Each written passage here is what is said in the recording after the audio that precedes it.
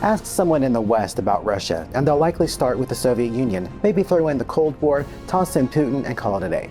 But that's like starting a novel at the final chapter and trying to guess the plot. To truly understand Russia, its worldview, its governance, its sense of self, we have to reach back, past the czars, past communism, past even the idea of Russian itself, to a time of Vikings, steppe nomads, and the fall of empires. Before Moscow, before the Mongols, before the czars, there was Kiev. The first real attempt at a unified Eastern Slavic state was Kievan Rus, a federation of city-states founded in the 9th century by Norse traders known as the Varangians. Yes, the ancestors of Russians weren't originally Slavic kings in fur cloaks. They were literally Vikings with beards, axes, and boats. Kiev, sitting on the Dnieper River, was perfectly positioned between the Baltic and Black Seas, a virtual link in Varangian Greek trade route, one that connected northern Europe to the riches of Byzantium. This trade wasn't just about furs, honey, and slaves. It also carried ideas, religion, art, and power. By the 10th century, Kiev had become a thriving political and commercial center, and in 988, Grand Prince Vladimir of Kiev made a decision that would define the soul of the Slavic world. He converted to Orthodox Christianity, aligning his realm not with Rome, but with Constantinople. This move wasn't just theological, it was geopolitical. Through religion, Kiev tied itself to the greatest Eastern empire of the time. Byzantine architects, priests, and diplomats soon followed. Churches were built, icons painted, Cyrillic script was born. The Slavs now had their own alphabet and a civilizational compass.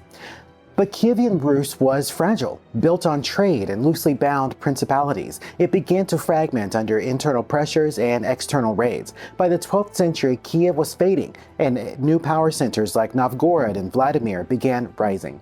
By the 13th century, Kievan Rus, once a powerful and relatively unified entity, had fractured into numerous independent principalities. Internal rivalries among the princes, coupled with external pressures from nomadic groups on the southern and eastern borders, weakened its collective strength. This disunity made the Rus lands vulnerable. Then came the storm from the east. In 1237, the Golden Horde swept across the steppes. Cities burned, populations were slaughtered or enslaved. It was the conquest of biblical proportions. While Western Europe battled crusades and built cathedrals, the lands of Rus were flattened. But Mongol rule wasn't just destruction, it was transformation. The Mongols didn't administer day-to-day governance. Instead, they imposed a tributary system. Local rulers stayed in power as long as they paid. This gave rise to Moscow, which positioned itself as the Grand Khan's most reliable collector. It leveraged that role to dominate neighboring principalities. Think of it as the mafia model. Moscow was the local boss, kicking up to the Khan while growing its own muscle. Mongol influence introduced elements of steppe governance, swift communication via horse relays, census-taking, tax systems, and a respect for hard military organization. Russia didn't just adopt Mongol tactics, it internalized the logic of state as war machine. With Europe pushing Renaissance individualism and republican ideals, Russia was learning different lessons. Under Mongol suzerainty, collaboration often trumped resistance, and power flowed vertically. The Russian prince didn't answer to assemblies, he answered to a Khan. The West spoke of liberty, the East of survival. Russian identity became one of perseverance through trauma. The Mongol yoke wasn't just a historical event, it became a cultural shadow. Later rulers would invoke it to justify central control. Only a strong hand can protect us. That's a message that echoes from Ivan the Terrible to Putin. While the Mongols dominated politically, the soul of Russia continued to look south, to Constantinople. The connection between the Slavic world and Byzantium didn't start with the fall of Constantinople in 1453. It began centuries earlier, in 988, when Prince Vladimir of Kiev chose to align his people with Eastern Orthodoxy. But that alignment wasn't just religious. It placed Rus squarely in the Eastern Christian tradition, a path divergent from Catholic Western Europe. So why does this matter? Because in 1054, Christianity split. The Great Schism divided the church into Roman Catholicism in the West and Eastern Orthodoxy in the East. The split was about more than theology. It was also about language, Latin versus Greek, liturgy, clerical celibacy, the authority of the Pope, and even bread, unleavened versus leavened. And geopolitically, it became West versus East. As the West increasingly centralized around the Pope and the Catholic Church, the East held to the idea of national churches, self-governing, and a looser structure under the Patriarch of Constantinople. That suited Russia just fine. No foreign pontiff bossing them around, just their own holy hierarchy. After the schism, the divide wasn't just religious. It became civilizational as well. Western Europe experienced the Crusades, the Scholastic movement, and eventually the Renaissance and Reformation. Russian lands, on the other hand, were fighting off nomads, Mongols, and trying to hold together a fragile spiritual identity. While Florence was painting humanist frescoes, Moscow was building fortress walls. This divergence explains a lot. Western Europe developed a more individualistic culture, philosophically, politically, artistically.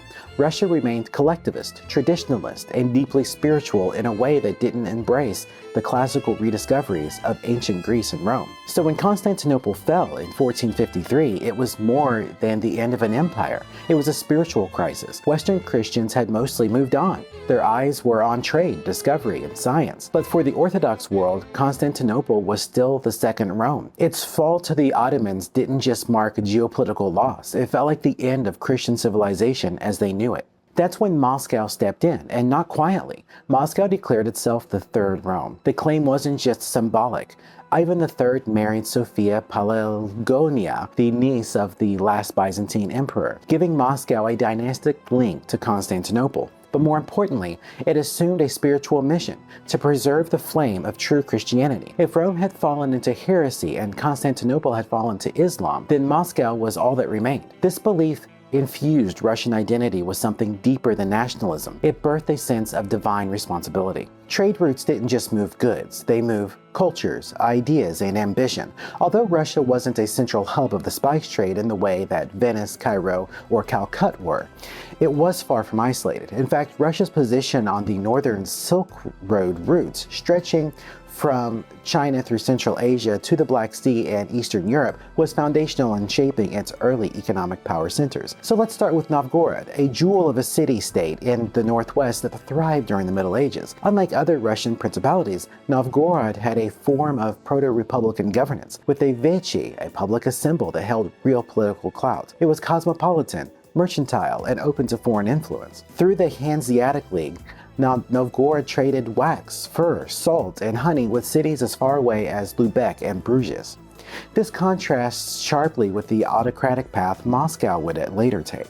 While Novgorod looked west and traded freely, Moscow turned inward and centralized. The eventual conquest of Novgorod by Ivan III in 1478 symbolized more than military dominance. It was the victory of imperial consolidation over mercantile pluralism. Meanwhile, to the south and the east, Russian territories touched the steppe trade networks, the same ones the Mongols had used to establish their Pax Mongolica. Russian princes taxed caravans, controlled river crossings, and slowly gained wealth through tributes, tolls, and control of key junctions. These trade dynamics planted a deep seed, the belief that geography is power. Whoever controls the flow of goods, people, and ideas controls the region. You see this today in Russia's obsession with pipeline ports and transit routes. From Nord Stream to its grip over the Black Sea, the imperial logic of trade as strategic leverage is alive and well. So while Russia may not have been trading cloves and saffron directly with the Mongols, it learned something just as important. Trade routes mean empire,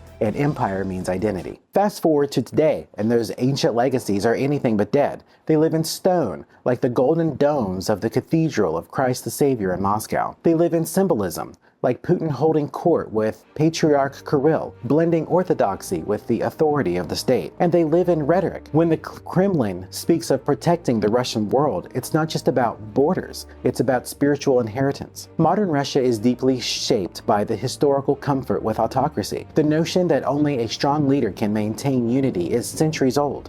From the Mongol Khans to the Byzantine emperors to the Soviet general secretaries, the idea of a top-down centralized power structure has endured. Vladimir Putin didn't invent the structure, he inherited it, perfected it, and reframed it.